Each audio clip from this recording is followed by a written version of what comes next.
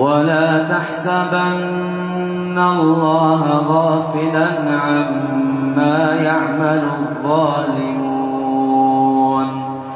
ولا تحسبن الله غافلا عما يعمل الظالمون إنما يؤخرهم ليوم تشخص فيه الأبصار مهطعين مقنعي رؤوسهم لا يرتد إليهم طرفهم وأفئدتهم هواء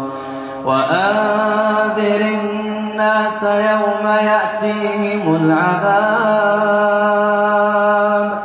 فيقول الذين ظلموا ربنا أخرنا إلى أجل قريب فيقول الذين ظلموا ربنا أخرنا إلى أجل قريب نجب دعوتك ونتبع الرسل أولم تكونوا أقسمتم من قبل ما لكم من زوال وسكنتم في مساكن الذين ظلموا أنفسهم وتبين لكم كيف فعلنا بهم وضربنا لكم الأمثال وقد مكروا مكرهم وعند الله مكرهم وإن كان مكرهم لتزول منه الجبال فلا تحسبن الله مخلف وعده رسله إن الله عزيز ذو انتقام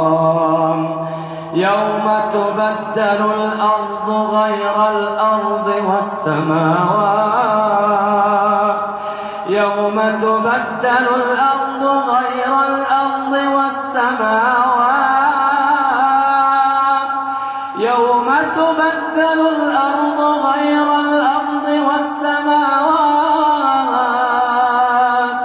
وبرزوا لله الواحد القهار وترى المجرمين يومئذ مقرنين في الأصفاد